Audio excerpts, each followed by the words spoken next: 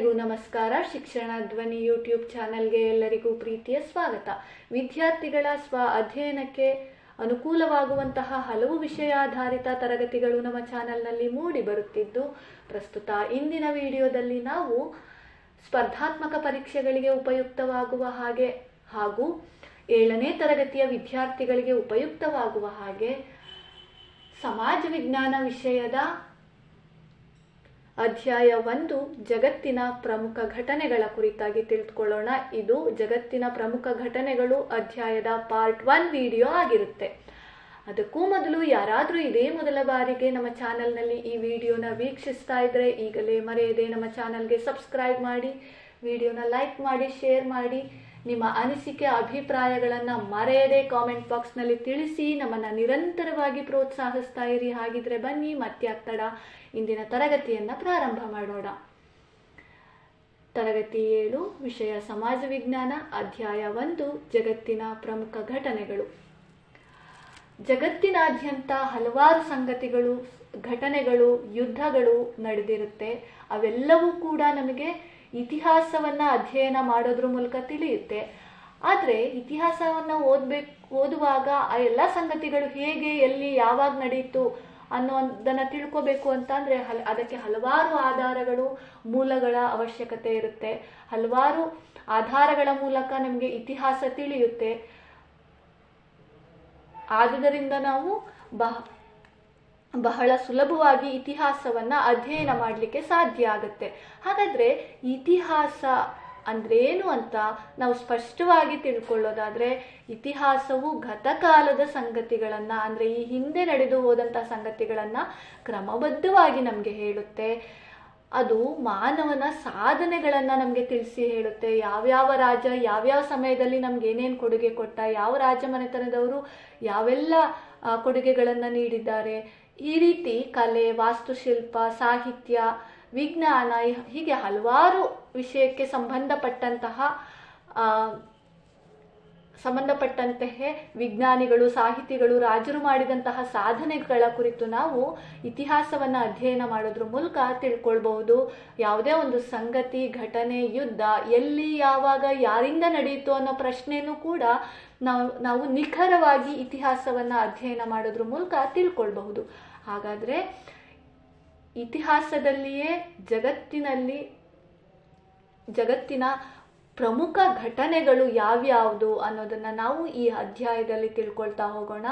ಅಂತಹ ಜಗತ್ತಿನ ಪ್ರಮುಖ ಘಟನೆಗಳಲ್ಲಿ ಇಂದು ನಾವು ಕ್ರೈಸ್ತ ಧರ್ಮದ ಕುರಿತಾಗಿ ತಿಳ್ಕೊಳ್ತಾ ಹೋಗೋಣ. ಕ್ರೈಸ್ತ ಧರ್ಮ 2000 ವರ್ಷಗಳ ಹಿಂದೆ ಸ್ಥಾಪನೆಯಾಗಿದೆ. ಈ ಧರ್ಮದ ಸ್ಥಾಪಕ ಯೇಸು ಕ್ರಿಸ್ತ. ಇನ್ನು ಯೇಸು ಕ್ರಿಸ್ತ ಅಂತ ಹೇಳಿದ್ರೆ ಜೀಸಸ್ ಕ್ರೈಸ್ಟ್.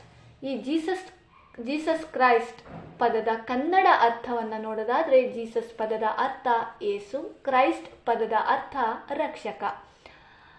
ಇನ್ನು ಮುಂದಿನ ಅಂಶವನ್ನು ನೋಡೋದಾದ್ರೆ, ಬೈಬಲ್ ಕ್ರೈಸ್ತ ಧರ್ಮದ ಪವಿತ್ರ ಗ್ರಂಥವಾಗಿರುತ್ತೆ. ಈ ಬೈಬಲ್ನಲ್ಲಿ ಯೇಸು ಕ್ರಿಸ್ತರ ಜೀವನದ ಕುರಿತಾಗಿ ಅವರು ನೀಡಿದಂತಹ ಬೋಧನೆಗಳು, ಅವರ ತತ್ವಗಳು, ಜೊತೆಗೆ ಅವರು ಮಾಡಿದಂತಹ ಉಪದೇಶಗಳನ್ನು ನಾವು ತಿಳ್ಕೊಳ್ಬಹುದು.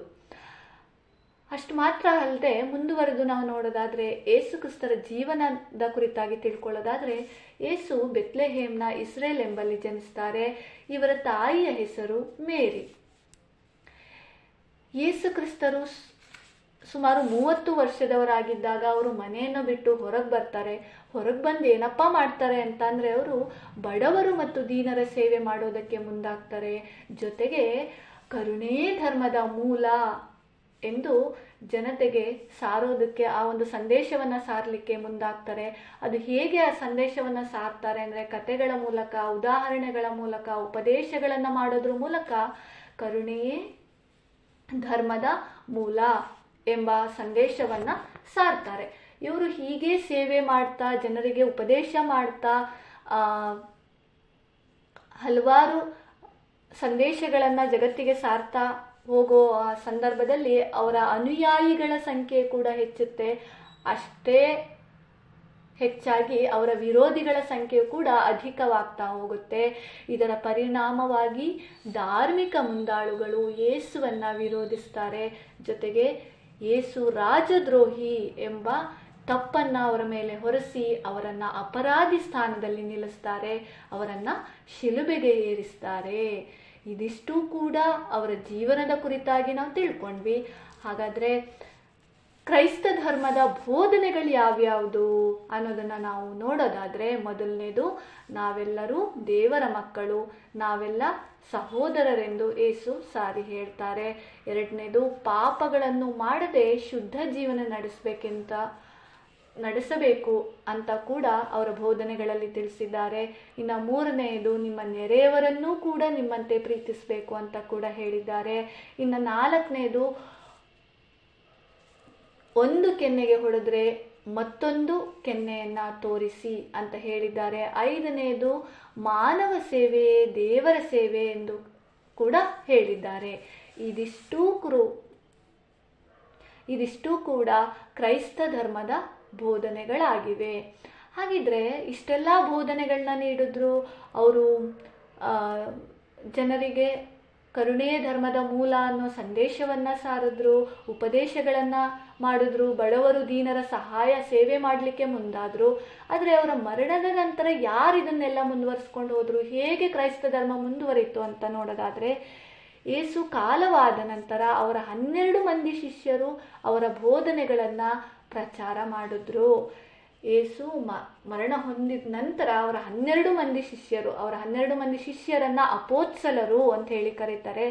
ಅವರು ಅವರ ಯೇಸುವಿನ ಬೋಧನೆಗಳನ್ನು ಪ್ರಚಾರ ಮಾಡಿದ್ರು. ಅದರ ಪರಿಣಾಮವಾಗಿ ಕ್ರೈಸ್ತ ಸಮುದಾಯ ಅಲ್ಲಲ್ಲಿ ನೆಲೆಗೊಂಡು ಇಟಲಿಯ ರೋಮ್ ನಗರ ಕ್ರೈಸ್ತರ ಕೇಂದ್ರವಾಗಿಯೂ ಕೂಡ ಬೆಳೆಯಿತು ಅಂಥೇಳಿ ನಾವು ಇಲ್ಲಿ ತಿಳ್ಕೊಳ್ಬಹುದು.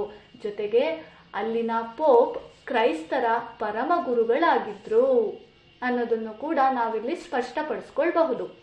ಇನ್ನು ಮುಂದಿನ ಅಂಶವನ್ನು ನೋಡೋದಾದರೆ, ಯುರೋಪ್ ಮತ್ತು ಜಗತ್ತಿನ ಇತರ ಭಾಗಗಳಿಗೆ ಕ್ರೈಸ್ತ ಪ್ರಚಾರಕರು ಹೋಗ್ತಾರೆ.